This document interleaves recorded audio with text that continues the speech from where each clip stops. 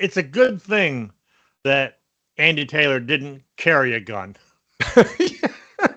There was an episode of The Simpsons where Charles Bronson was the sheriff of Mayberry. Anyway, all right, this is my serious face. I'm Paul. I'm Steve. And this is Check Your Shelf.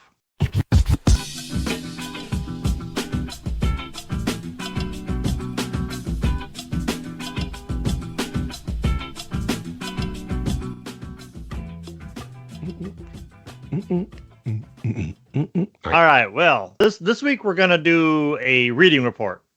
I like to do about a monthly reading report, and this is our reading report. I started reading Bernard Cornwell's Sharpe's Tiger. Tim from Secret Fire Books recently did a video where he was talking about Cornwell's Warlord series, and I remembered I had a couple of the Richard Sharpe books in my closet.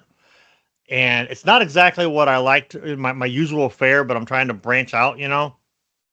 I will say this is book 15, but the reason why I'm reading it first is because this was like Cornwell didn't write this series like in chronological order for the character, and by the time you get to book 15, you get like his first big adventure.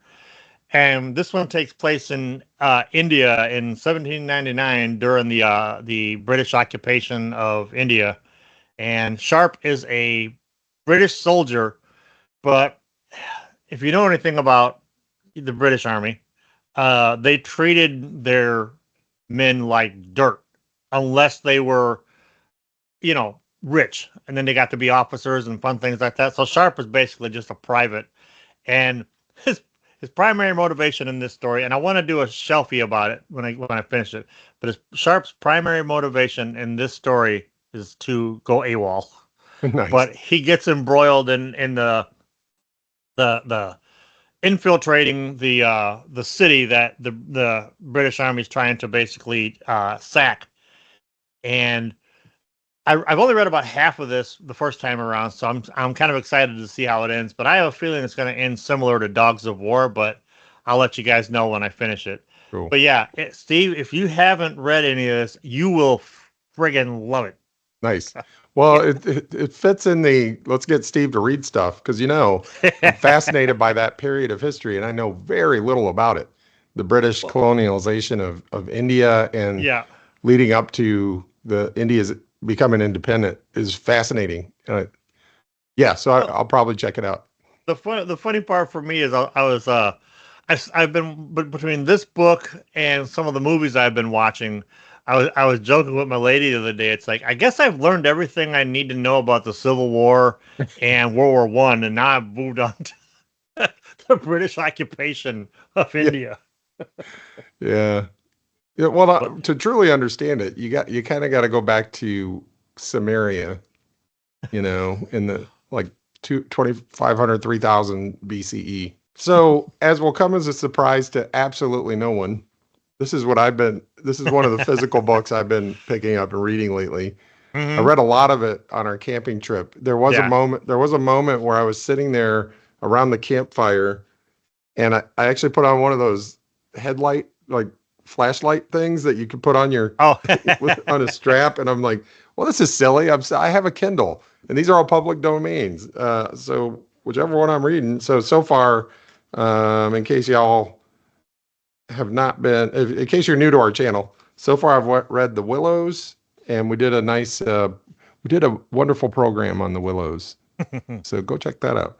And I have read The Man Who Found Out, which was awesome. We did a little shelfie on that one. And I'm in the middle of The Man Whom the Trees Loved. Oh, yeah.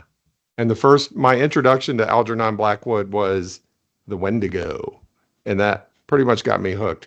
So you kids out there, I know they'll say, hey, it's just a little sample. It's just, this one's free. This one's on me. But, you know, once you take that first Algernon Blackwood story, you're pretty much hooked. It's like he's not. Yes, obviously it's a bit dated in like the writing style, but not so much. because one of the things that I really like about Blackwood, it was like the amount of dialogue in a Blackwood story is like not something that I'm used to when I read something that's over 100 years old.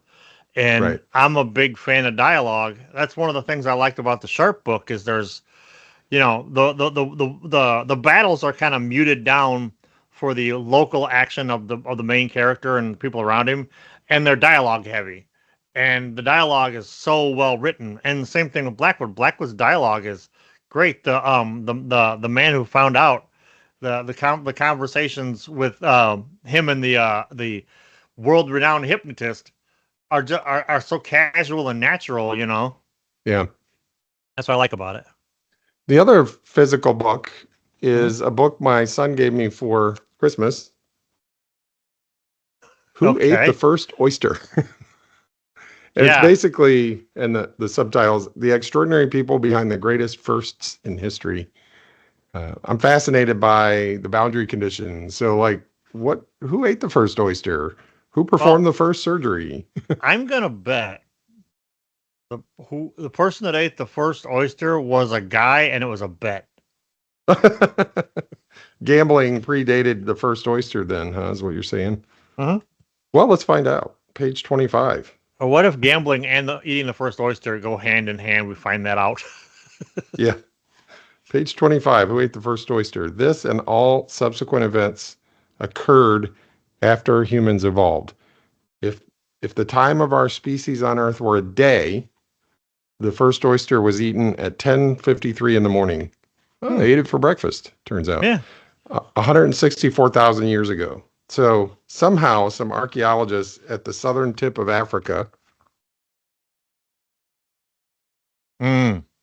there, I guess they dug up a person or somebody who used to be a Homo sapiens. There's a Homo sapiens encampment, and they uncovered the remains of some ancient campfires and tools and stuff, and they somehow figured out there were some oyster shells, and that somebody had eaten an oyster. So it isn't necessarily, it was a woman. And her name was Oyster Gal. Oyster Gal. You know how they figured out that she actually ate them? Amongst the ruins, there was like a bottle of hot sauce. And some horseradish. Yes. and a little packet of crackers. So who made the first horseradish? Who made the first? Oh, let's see if that's in here.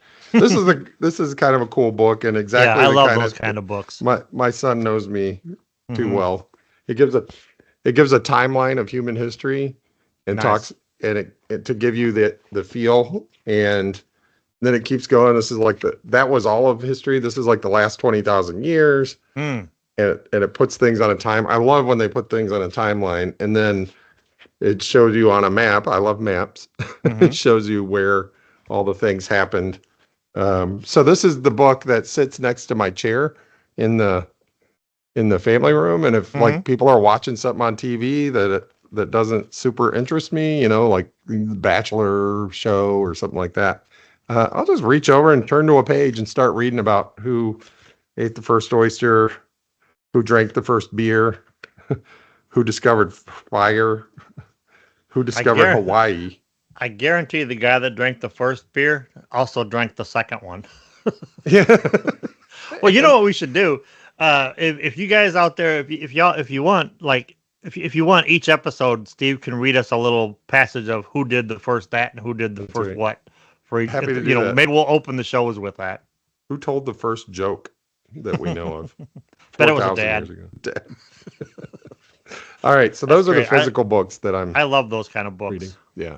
Like, remember when we were kids, we'd get that little newsprint kind of thing, like order books that you could order books from.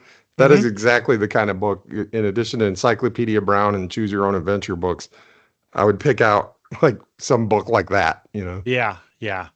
Mine was always like Weird World magazine, which is how I found out about human spontaneous combustion, which led to my fear of spontaneously combusting. And then Steve posts on his social media the other day, and I'm like, did you watch the Watcher episode on spontaneous human combustion? No, it just popped up. I think it was crack.com said something about it. That's great. All right. Well, speaking of Blackwood, I'll go ahead and talk about the Blackwood stories that I've read this month. Again, I read a lot of short stories, so it's easier for me to put down a few of them.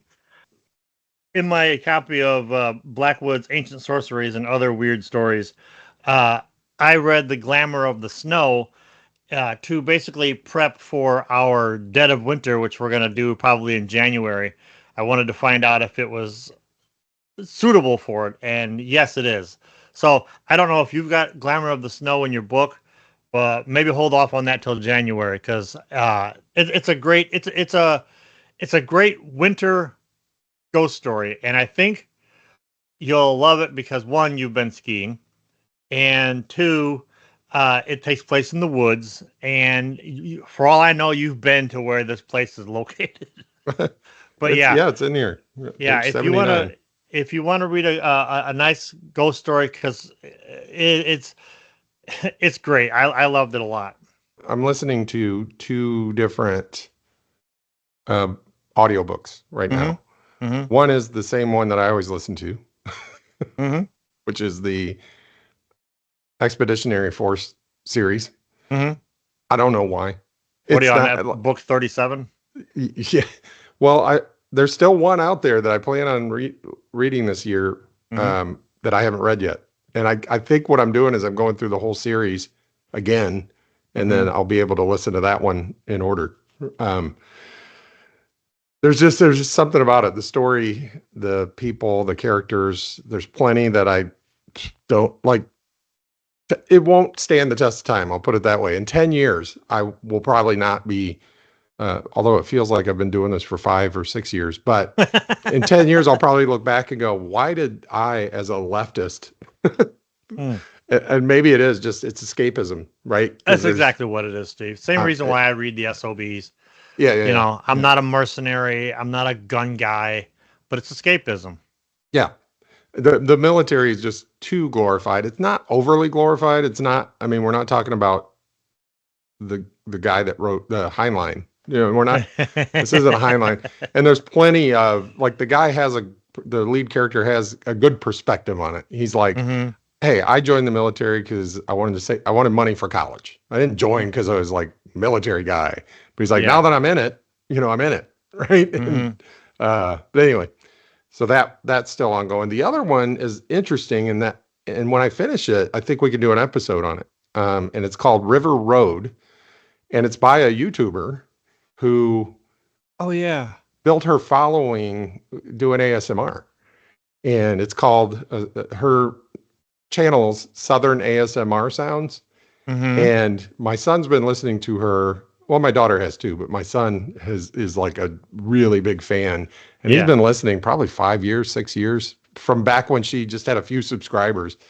And she's not a huge channel, but she's great, and she's funny because she does these role playing things, these characters that are hilarious. And then she wrote a book, and she reads the book on her YouTube channel. Oh, nice. It's also available at Amazon, I guess. I don't think it's on Audible. If it were going to be on Audible, my recommendation would be to get a voice actor to read it. Because while, you know, it's her voice, and if you like her as a YouTuber, you like hearing her voice and everything, right? But she's not a professional book reader, you can tell. But the book is interesting because there's some elements that you and I would very much relate to. It has to do with the main character is religious, Christian, raised Christian, and gets caught up in a cult. And there are two really interesting things that I know already, and I'm not really spoiling anything because I'm only about 20% through, and these things are revealed up front. One isn't really a reveal, the other kind of is, but it's okay. It gets revealed early on. But the first one I want to say is I related to it so much, and when I told my son, I was like, oh my God, that sounded like me talking to my dad. He goes, I thought of you when I heard that. And that's awesome. So she's raised Christian, you know, fundamentalist, evangelical Christian, right? She gets caught up in this cult. And like, as she is first thinking about joining the church, she doesn't know it's cult, right? Mm-hmm. Nobody knows it's a cult. It just, you can tell it's a cult. As she's thinking about joining, she's talking to her grandparents about it. And her grandparents are like, well, we think you should just think some more about this. And maybe you don't know enough about the church to really join, like go all in with it and everything. Mm-hmm. And she goes, well, I thought you would be happy that I'm getting back into, 'cause she was raised Christian. She kind of got away from it a little bit, never stopped believing, but kind of got away from it a little bit, didn't go to church. And now here she is. And the grandparents are like, and she's like, I thought you would be happy because I'm going to church again and I'm getting involved in a church. I thought that would make you happy. And they said, yeah, but maybe not that church. And it reminded me of when we were going to Brother Ted's church. And my dad specifically said, hey, I've known people that have gone all in like you're doing with this church. And they ended up, he didn't say atheists, but they ended up being atheists. He's like, what he said was they ended up being nothing, like no religion. And at the time I thought, well, you should be happy. I mean, you were raised this, and I'm going to church. That's the good thing to be doing. And so I thought that was funny. Yeah, I remember that conversation. Yeah. So I was like, Eli, man, this happened. And he's like, yeah, I thought of you because I told him about that too. That's great. The other, this goes to the concept of the book, which it's not just about a cult. There is a divine supernatural being, right, that takes on human form, that is helping the pastor of the church that that becomes a cult, right? And the pastor thinks he's an angel. And so far, we believe, so far he's presented as an angel helping the pastor, right? And he's supernatural. It's not just like hallucination or anything, because the pastor knows things that there's no way, and it's not through trickery. It's this being telling him this stuff, right? Yeah, yeah. And we find out about deals that the pastor made with this angel. So you start to get, in the end, not to be too on the nose, but the pastor's last name, Faust. Oh, yeah, maybe a little whoop, but still, if it's written well, what I want to know is in the physical book, since this person got their start doing ASMR, is it like really tiny print and all like lowercase? And then somehow you actually read the sound of the book, the page turning as you're reading. You turn the page and it says page turns with loud crinkling sound. Yes, that's awesome. Okay, so while we're on the subject of religion, I've been reading more Solomon Kane. But before I go any further with talking about what I've read, I have to issue a correction. I made a mistake. At one time, I had thought that The Right Hand of Doom was one of these stories that he wrote and like didn't finish, and then somebody came along and finished it, because I got down to the end of this particular page here. And this is where it stopped, because when I turned the page, it opened up to Red Shadows. Red Shadows. But I was wrong, because what had happened was for whatever reason, these two pages were stuck together. And I just kept reading. So anybody who maybe caught my mistake in that in the episode where we talked about The Right Hand of Doom, oops, my bad. So, well, nobody caught it, did they? Well, they may have caught it and not wanted to say anything because they didn't want to be rude. Yeah. So there's two stories in here that I've been rereading. I finished one and I'm moving on to the other, and these I think are going to be the two that I'm going to have you read for Samaria in September.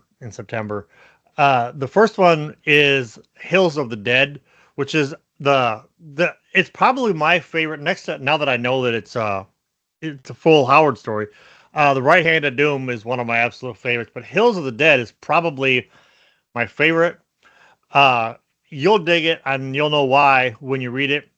Basically, at this point in Kane's life, he's wandering through Africa, destroying the black magic that's everywhere. And again, Robert E. Howard, product of his time.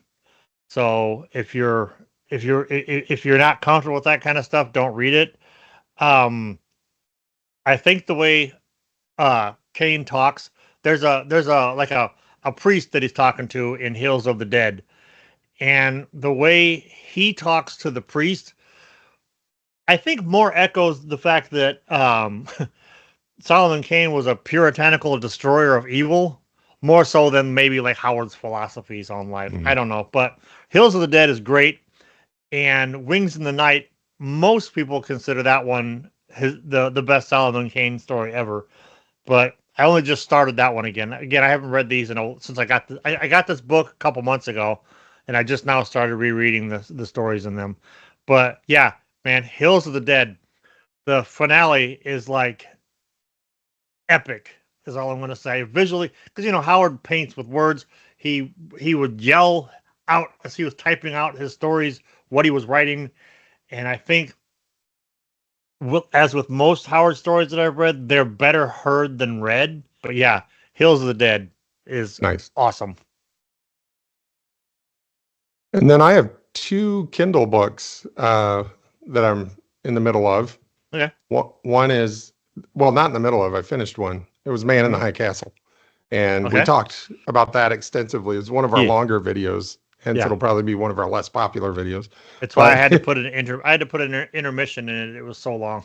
Yeah, that was funny. So yeah, if you want to check out our review of Man in the High Castle, I gave it what did I give it, a 2 or 3?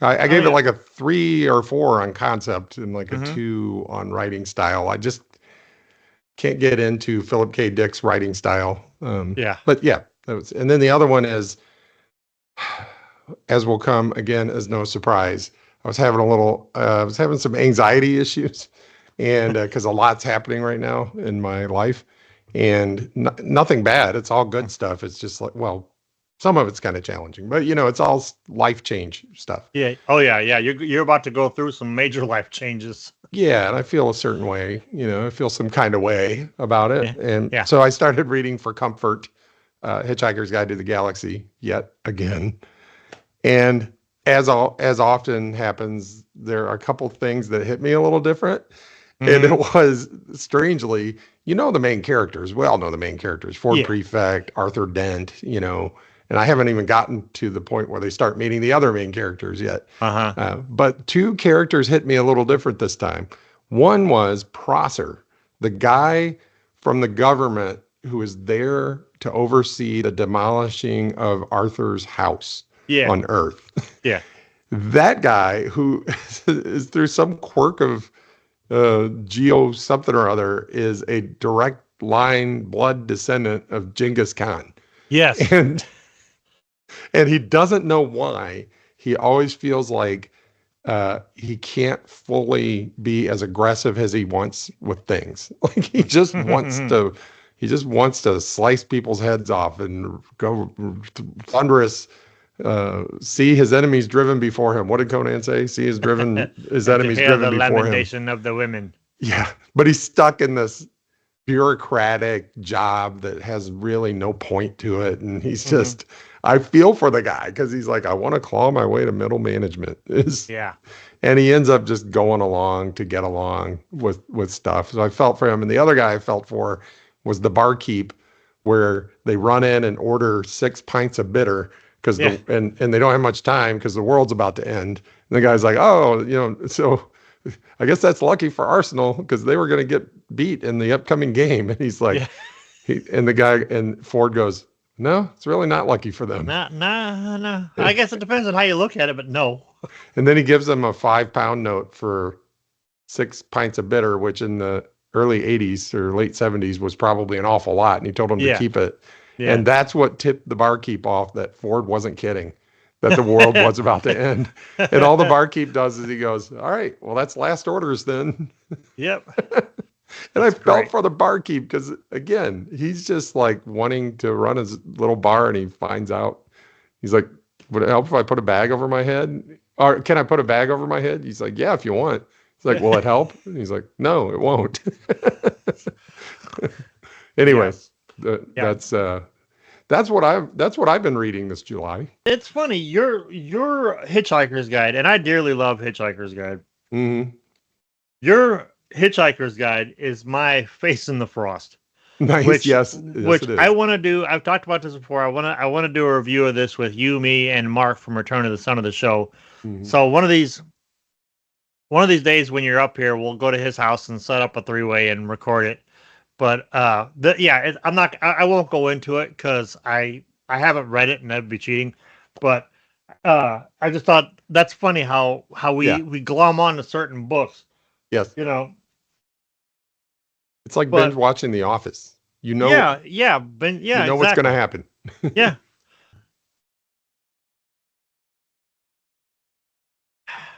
Okay, well, I got one last book. Yeah, I got one last book. I didn't actually read this book, but in my quest to find the origins of cosmic horror, I was cued on to, or what's the word I'm looking for? It became known to me that possibly Murder in the Rue Morgue. Possibly Fall of the House of Usher might be a cosmic horror story, which most people think of the Arthur Gordon Pym story, which is the story that Lovecraft really kind of glommed onto for his foundations for Mountains of Madness. So I haven't read that one yet. I tried reading it and I couldn't get into it, and I'll probably go back and finish it. It's a bigger story, but Fall of the House of Usher. There's a weird thing in it about how, I don't know if you're familiar with the story or not. I've never read it until I read it this time. But basically, there's this guy who gets a summons from a old man he knew when they were kids, and the man's dying, and his the Usher family line is all gone, and the Usher house is crumbling. And you don't know if is it this guy that's causing this decay, or is it the land causing the decay of Usher? And the way now Poe's famous for Gothic stuff, but the way he describes the land is reminiscent of in how weird and twisted and gnarly it is reminiscent of Lovecraft's Color Out of Space. So there's no ghost, but there's some malevolent force. And that leads me to think, kind of like in the Willows, how the Willows, there's some supernatural force, and we kind of consider it a cosmic horror story. So I'm gonna say, House of Usher is definitely a proto cosmic horror story. So and of course I highly recommend it. All right, it's a check your shelf poll. Yes. Is Fall of the House of Usher a cosmic horror story? Yes. Let us know down below. No, maybe. Please explain your answer. While you're down there answering the poll, do us all a favor and hit the like and subscribe button and hit the bell notification so you don't miss any of our videos. Brooke Graveyard said, so what would you say the parameters are for cosmic horror?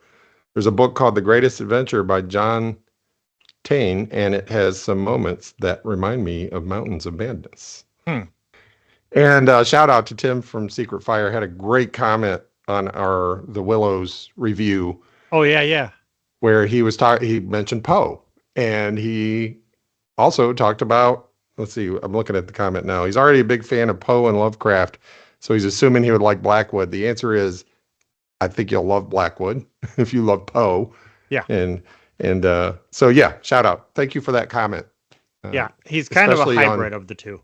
Yeah, and I love I wanted to write a lot more in my response to his comment, because I could go on for days about when people say, oh, that's a gay, like Frodo and Samwise. Yeah. Oh, that's a gay coded relationship. And I'm like, two dudes being really good friends and being affectionate with each other, calling that gay is, I don't want to say that's homophobic, but it's in the ballpark, right? It's homophobic adjacent to assume that gay means any two men who are, no, gay is a specific thing. And gay folks I know would not assume that just because two men, like they wouldn't assume Paul and I are gay.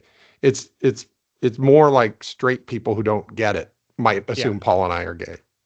I'm glad you brought up his comment because I was trying to figure out how to respond to that. You hit the nail on the head.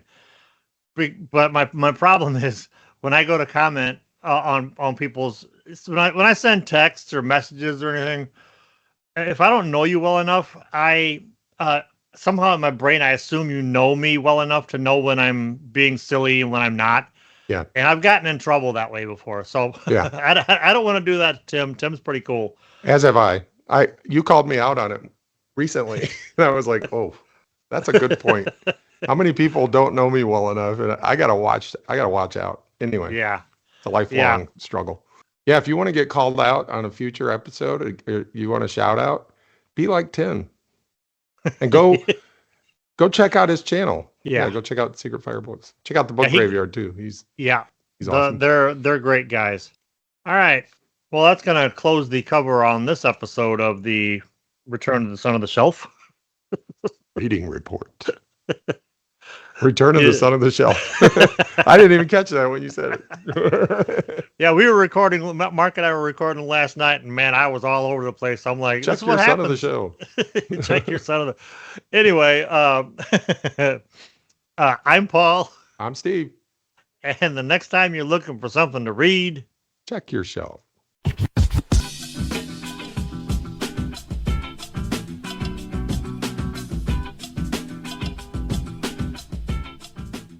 It's not my usual where I go to read kind of thing. It's not my usual genre, but it's part of my reading outside of my usual genre thing. So I picked it up, and it's kind of a beast for me. It's almost 400 pages, and I'm about 70 pages. Did a cat trip over the cord? Close. She climbed up here and stepped on the power button. Oh, geez.